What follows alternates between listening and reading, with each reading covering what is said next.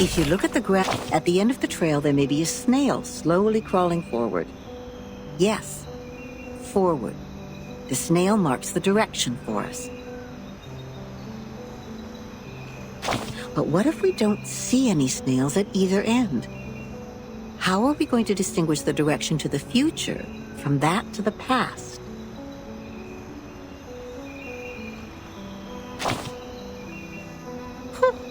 Criterion.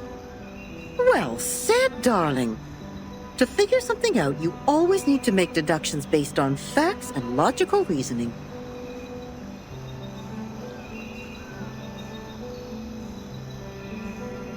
What you see is not necessarily true, but what is logical is, because we haven't witnessed or experienced anything illogical so far. If something like that actually happens, it must be because we are too ignorant to understand it for the moment. This point was firmly believed by those researchers who worked in the house like canned sardines.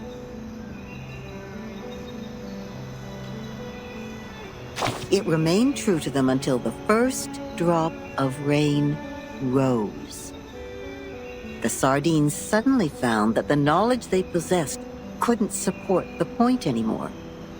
The can was opened, revealing a completely different thinking pattern to them. Whatever they used to mend the can, there was still a crevice left between the inside and the outside, and it could be ripped open again at any time.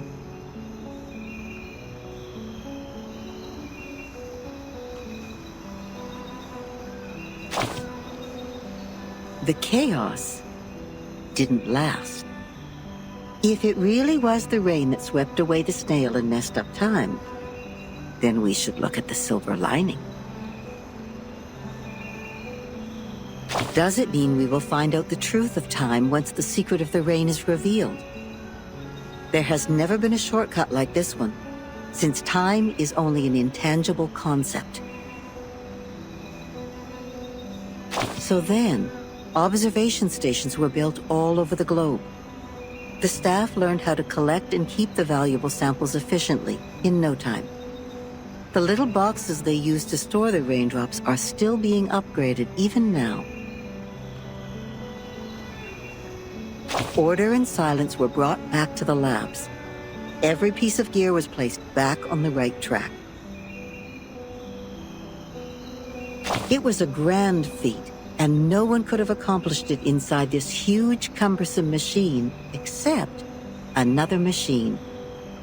She took no sides and sought only predictable results. That's why she made a decision as soon as she read that report and its attachment on her desk. The former was about a delicate component which flapped like a butterfly in that huge machine. And the latter was a piece of paper full of circles and dots. Then she stored the information on her hard disk and destroyed the report. And the paper which claimed to have recorded the locations where the storm might happen, yes, the one with the butterfly-like drawings, was retained for data comparison. It seems she's satisfied with the result.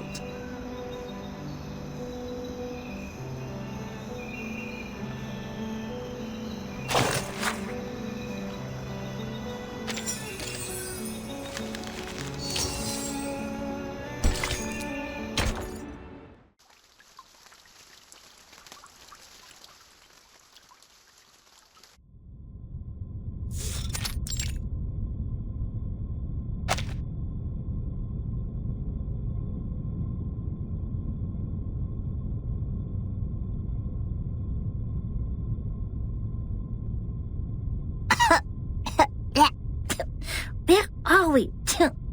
Lost and found at the racquetball center?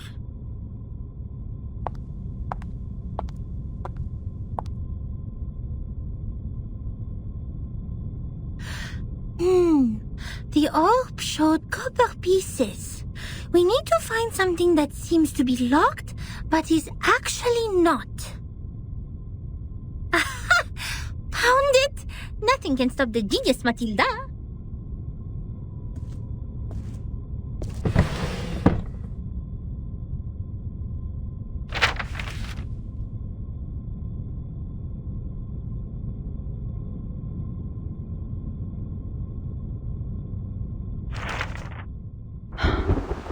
The trip to Egypt didn't go smoothly.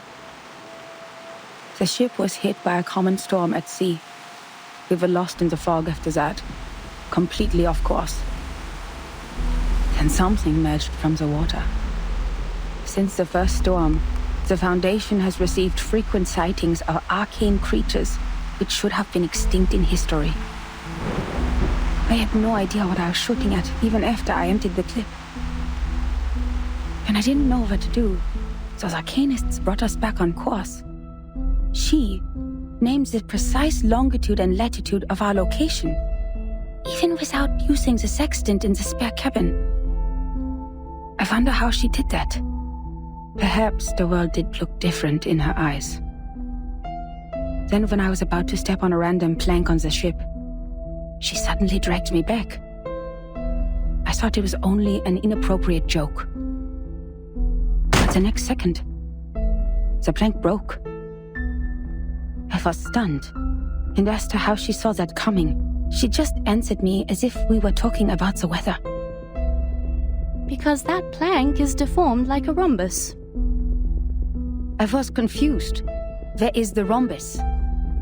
She laughed. The rhombus can't be seen with eyes. You shall close your eyes, hearken to the teaching of the Supreme Existence, and seize the moment of afflatus. Of course, I didn't see anything.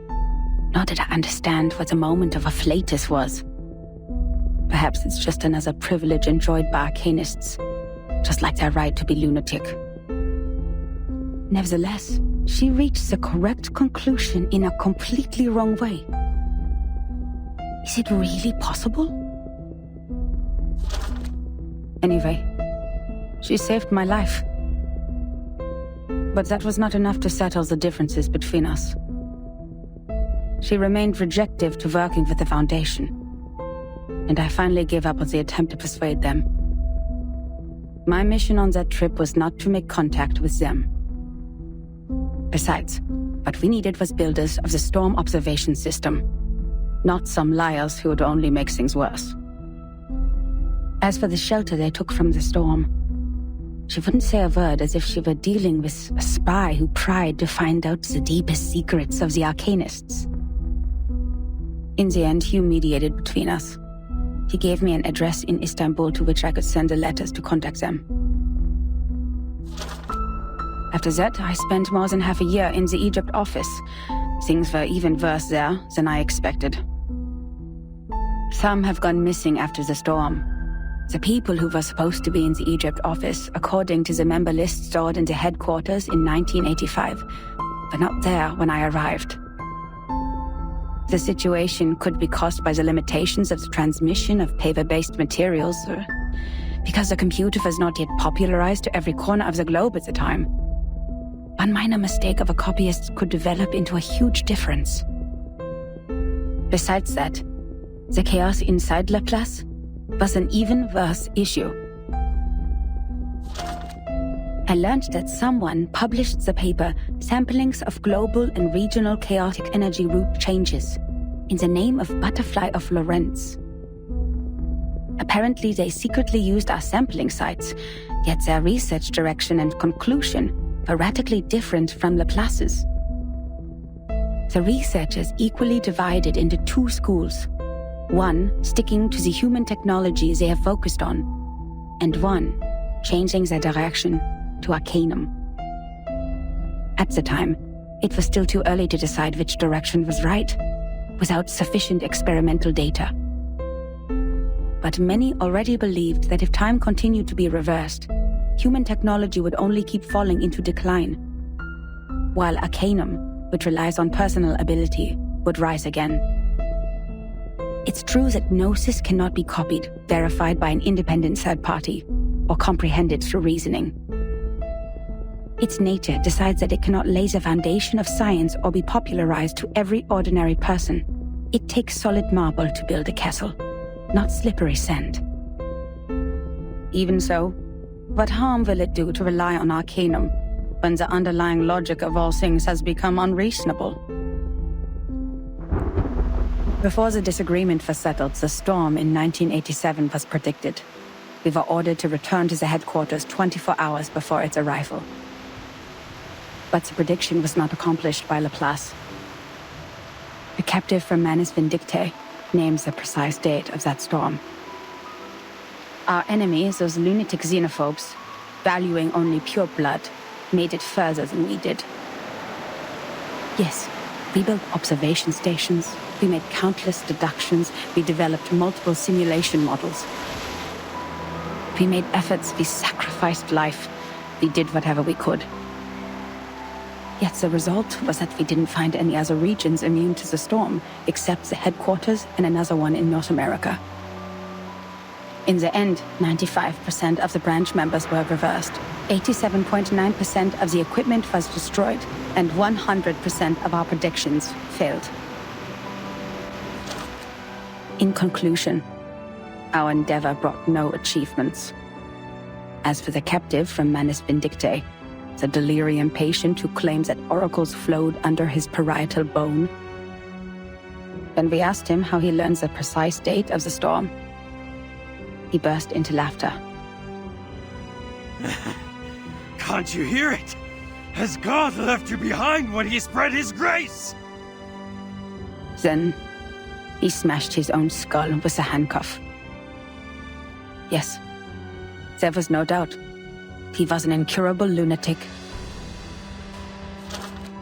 But his insane nonsense was exactly the reason we survived the storm again. No matter how unreasonable or illogical it was, or how much a lie it sounded like. So we'd better believe we shouldn't go out in black today because a fish is swimming in the water. We'd better believe in the existence of the non-physical, everlasting, transcendent world where everyone's soul is a number. We'd better believe in the supreme existence which caused the disorder of time by merely casting its shadow. That means the life of individuals means nothing more than rubbish, and the world is but an imperfect ruin, where only the chosen ones will pass the trial, where the rest will be eliminated by the rain. How am I supposed to do that? Finally, I made up my mind to write to her.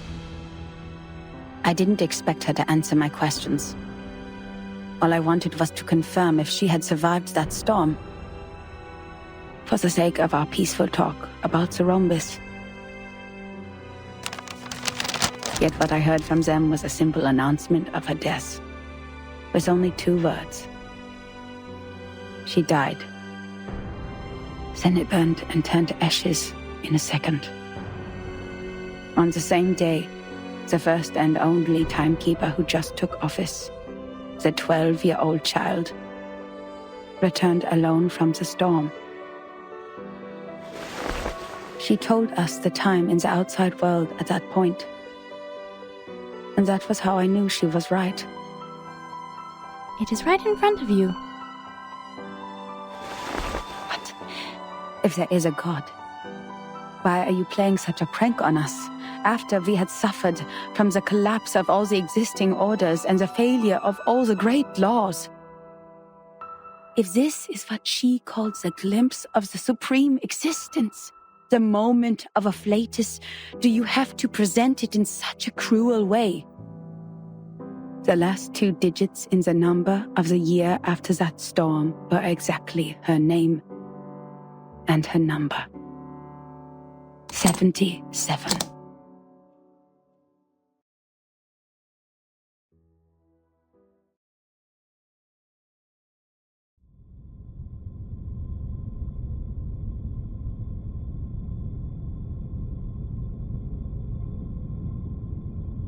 Incroyable!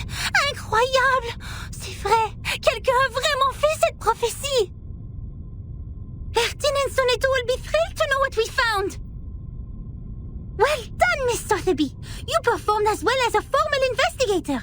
We need to submit this report to your instructor immediately.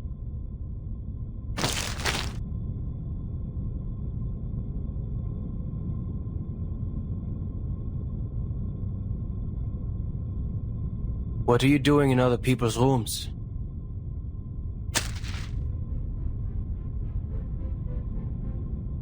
This is my personal item. You have no rights to take it. Please leave immediately. Personal item? This is a precious record that should have been submitted to the Foundation. According to Administration and Regulations for Dispatch Personnel, St. Pavlov Foundation Decree number 259, every member of the Foundation, when acting as a field investigator, is required to create a comprehensive investigation report of all their actions and promptly submit it. And they are obliged to ensure the authenticity, objectivity, and impartiality of the report. No personal bias is allowed in the content. If you have read this report, miss, you should know that it's not even qualified to be filed. But this is an emergency!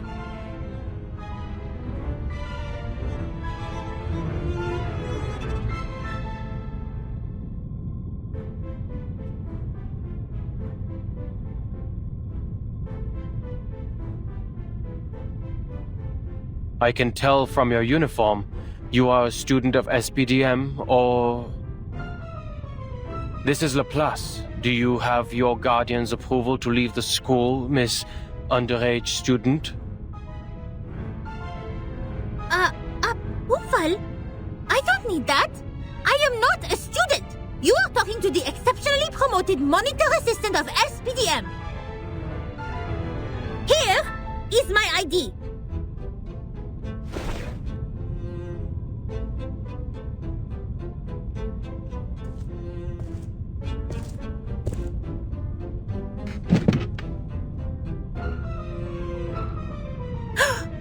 Did you just ignore a formal administrator of the Foundation? This monitor assistant will report every misbehavior of yours. Every little bit of them.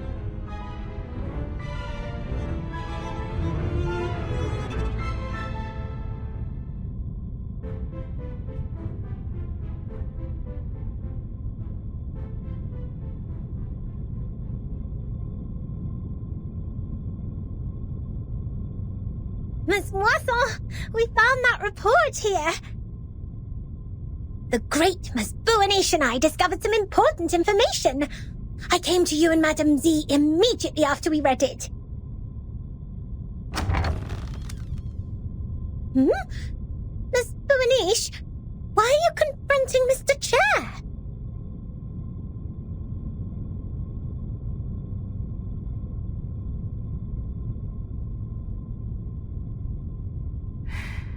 I didn't expect to see the second half of that report here in your room, Adler.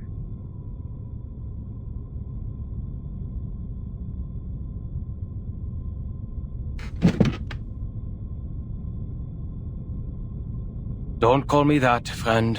Why not just call me Enigma? Just like everyone else. Relax. I know nicknames mean no harm. But I don't understand. How is a report filled with meaningless words of any concern to you, Madam Z? It provides information about the Arcanist group Virgin is now dealing with. If possible, please give it to me. Of course. How can I turn down a request from Constantine's chief of staff? Take it away. I hope you don't mind the mold on it.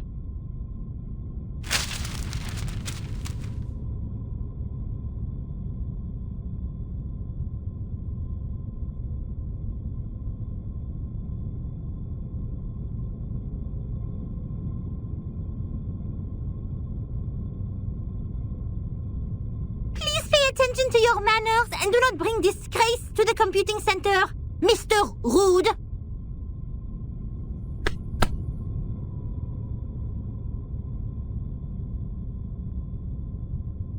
Ms. Buanish? Ms. Sotheby? You've done a great job. I'm sure what you have found would be of great help to Timekeeper. And I will report your active performance in this mission to SPDM as soon as possible, Miss Boanish. We need to further analyze the files you found. The first on the scene could provide more detailed information. Let's get out of here. Contribution exceptionnelle!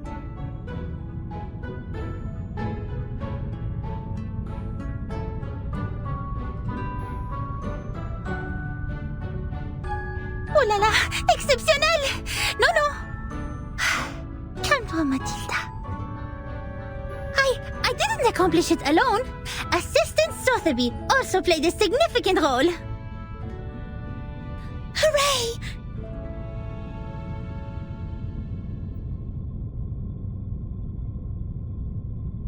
That is to say, Miss Burnish, we can start preparing the balloons and flowers for the twist ball.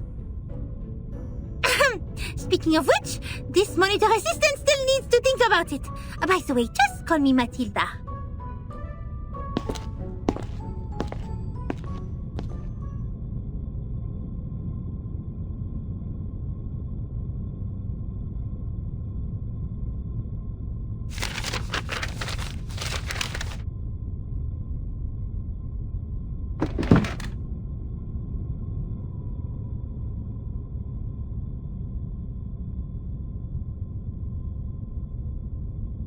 There will be no advance in human technology.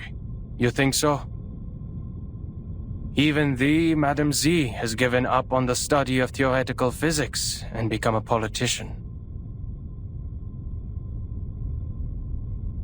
No, I've never thought of that.